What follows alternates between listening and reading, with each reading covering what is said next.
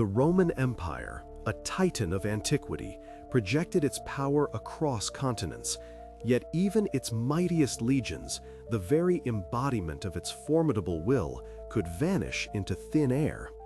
We plunge into one of history's most perplexing military riddles, the unsolved fate of Rome's lost legions, asking what truly happened when thousands of elite soldiers simply ceased to exist.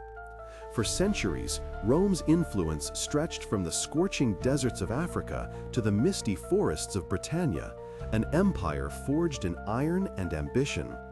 At the heart of this colossal machine were its legions, units of highly trained and disciplined soldiers, each a microcosm of Roman military prowess. These were not mere fighting men, they were engineers, builders, and standard-bearers of a civilization that sought to impose its order upon the known world.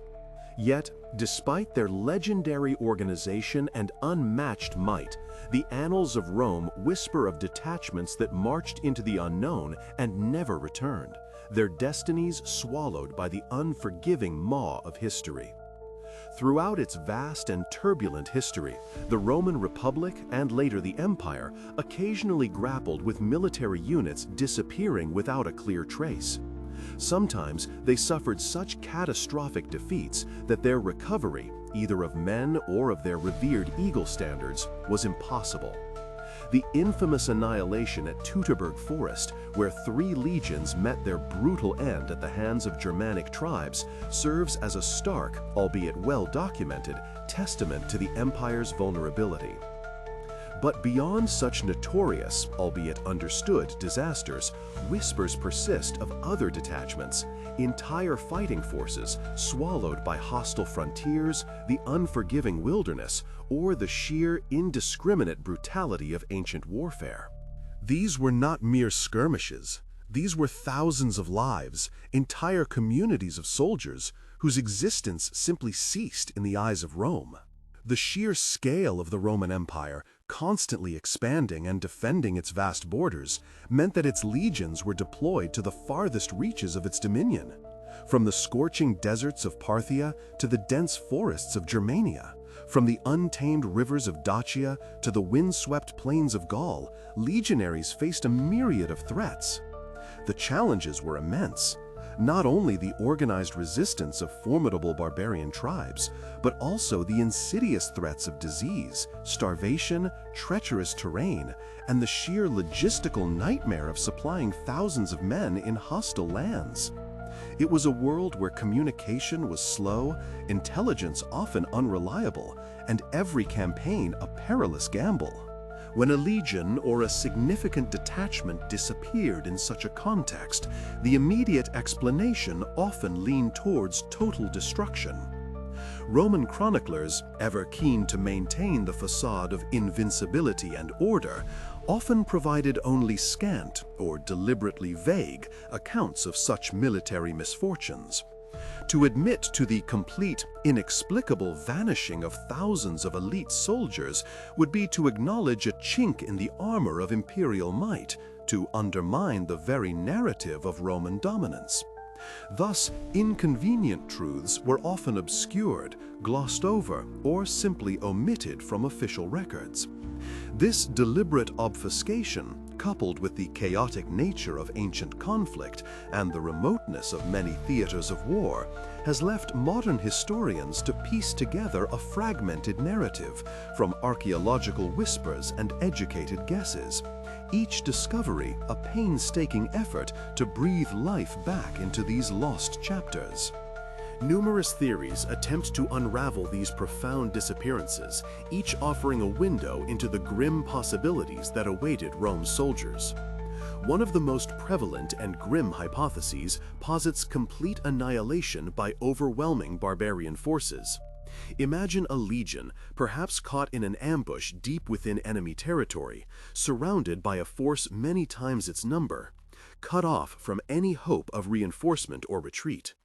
The ensuing battle would be a desperate, bloody affair, a last stand against impossible odds. In such scenarios, leaving no survivors to tell the tale would be a tragically common outcome. Their eagle standards, the sacred soul of a legion, would be captured and hidden away as ultimate trophies by the victorious tribes, a crushing blow to Roman morale and a symbol of an empire's rare but devastating defeat. The lack of survivors would perfectly explain the abrupt silence, the sudden, complete cessation of communication that characterized these vanishings. Another compelling, albeit more controversial, theory suggests desertion on a grand scale. The life of a Roman legionary was one of hardship, discipline, and prolonged separation from home. Years, sometimes decades, were spent on distant frontiers, enduring harsh climates, brutal campaigns, and often meager pay. For some, the allure of a different life, free from the strictures of Roman authority, might have become irresistible. Disillusioned soldiers, perhaps having witnessed too much suffering or feeling abandoned by the empire, might have chosen to abandon their posts. These groups could have integrated into local cultures, finding solace and a new identity among the very peoples they were sent to conquer. They might have founded new settlements far beyond the reach of Roman law, forging new lives in the wilderness.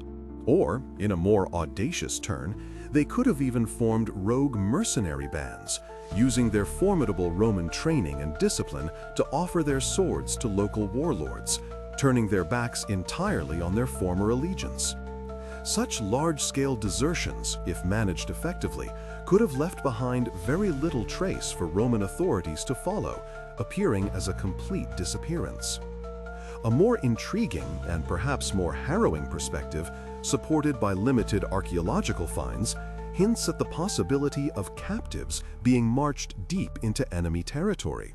Rather than immediate slaughter, some barbarian tribes might have seen greater value in taking Roman soldiers alive.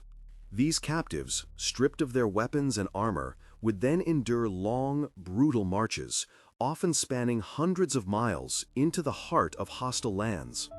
There, they would live out their days in foreign communities, perhaps as slaves, laborers, or even integrated members of the conquering tribes.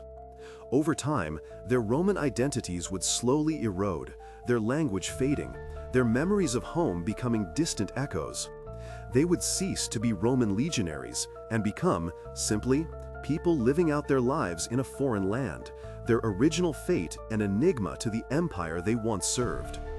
Limited archaeological evidence, sometimes found in unexpected places, offers tantalizing glimpses into this possibility, suggesting that some lost Romans did indeed survive their battles, only to disappear into the cultural fabric of their erstwhile enemies. The truth behind these vanishing legions likely involves a grim and complex mix of these possibilities. The vastness of the Roman Empire, the sheer number of legions deployed across diverse geographical and political landscapes, and the unpredictable nature of ancient warfare mean that no single explanation could account for every disappearance. Some legions undoubtedly met their end in a blaze of glory or a desperate final stand, annihilated by overwhelming forces. Others, perhaps, were slowly dissolved through a combination of desertion and capture, their individual fates branching off into countless untold stories. Complicating this quest for understanding is the inherent chaos of ancient conflict itself, where clear records were often impossible to maintain, and the deliberate obfuscation of inconvenient truths by imperial propaganda. The Roman narrative was one of unwavering strength and triumph. The inexplicable loss of entire military units did not fit neatly into that carefully constructed facade. The mystery of Rome's lost legions continues to fuel debate and ignite the imaginations of historians and enthusiasts alike. Each fragment of archaeological evidence, every reinterpretation of ancient texts, brings us a step closer to understanding the true human cost of empire and the ultimate fate of those who served it.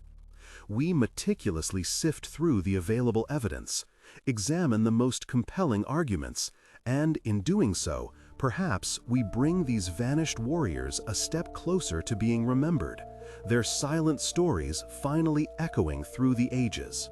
What untold tales do these forgotten battlefields and ancient wildernesses still hold?